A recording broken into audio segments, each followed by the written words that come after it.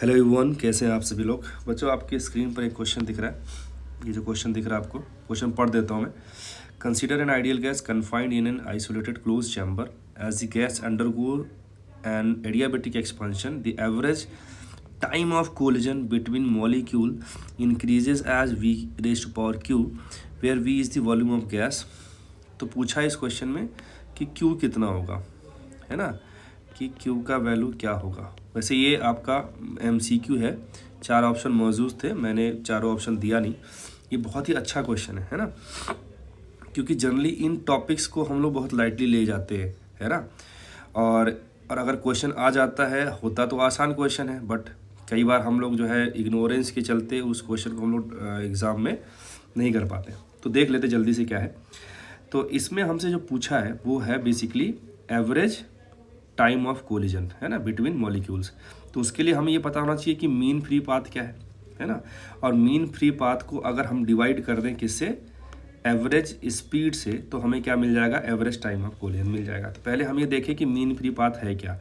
ये जो फॉर्मूला आपको दिख रहा है, ये फॉर्मूला NCERT में क्लियरली मेंशन है ना, और इस पर क्वेश्चन आते रहे हैं, तो थोड़ा ट्रेंडिंग में है, थोड़ा ध्यान में रखना है। तो लैम्डा इक्वल टू कितना होता है, 1/√2 पाई डी स्क्वायर इंटू एन, और एन जो होता है ये आपका number of molecules per unit volume होता है, N/V। यहाँ मैंने मेंशन भी किया, सब कुछ लिख दिया है।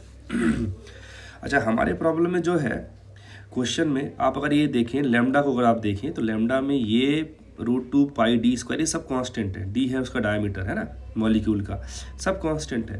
लेकिन स्मॉल n जो है कांस्टेंट नहीं है। क्यों नहीं है, क्योंकि वॉल्यूम जो है वो आपका चेंज हो रहा है, क्योंकि क्वेश्चन में लिखा है एडियाबेटिक एक्सपांशन हो रहा है, तो वो लिख दिया मैंने यहाँ पे, ठीक है। अब हम देखते हैं कि एवरेज टाइम ऑफ कोलिजन होगा क्या। तो एवरेज टाइम ऑफ कोलिजन जैसा मैंने आपको बताया वो कितना होगा, mean free path upon average speed, है ना। ये तो एवरेज वेलोसिटी नहीं ले रहा मैं, क्योंकि एवरेज वेलोसिटी तो 0 हो जाएगा, तो एवरेज स्पीड है ये। तो हमने लैम्डा का फॉर्मूला लिख दिया यहाँ पे, और एवरेज स्पीड होता है √8 RT अपॉन पाई m, ठीक है। तो वो मैंने यहाँ पे अरेंज कर दिया। अब आप इस पूरे को आप ध्यान से देखें तो ये पूरी चीज़, ये पूरी चीज़ और ये पूरी चीज़, है ना, कांस्टेंट है, सिर्फ टेम्परेचर और n बचा हुआ है। तो मैंने लिख दिया कि जो एवरेज टाइम ऑफ कोलिजन होगा वो इस हिसाब से वेरी करेगा, ठीक। अब n की वैल्यू यहाँ पे आप चिपका दोगे तो ये v ऊपर पहुँच जाएगा वॉल्यूम, है ना। तो हमारे पास फाइनली एक रिजल्ट आया कि टाउ जो होगा average time of collision is proportional to v/√T।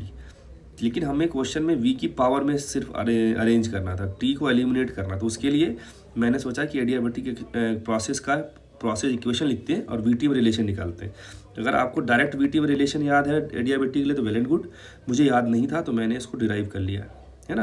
तो यहाँ से हमारे पास t v की पावर γ-1 इक्वल टू कॉन्स्टेंट आया, तो t directly proportional to v की पावर 1 - गामा आया।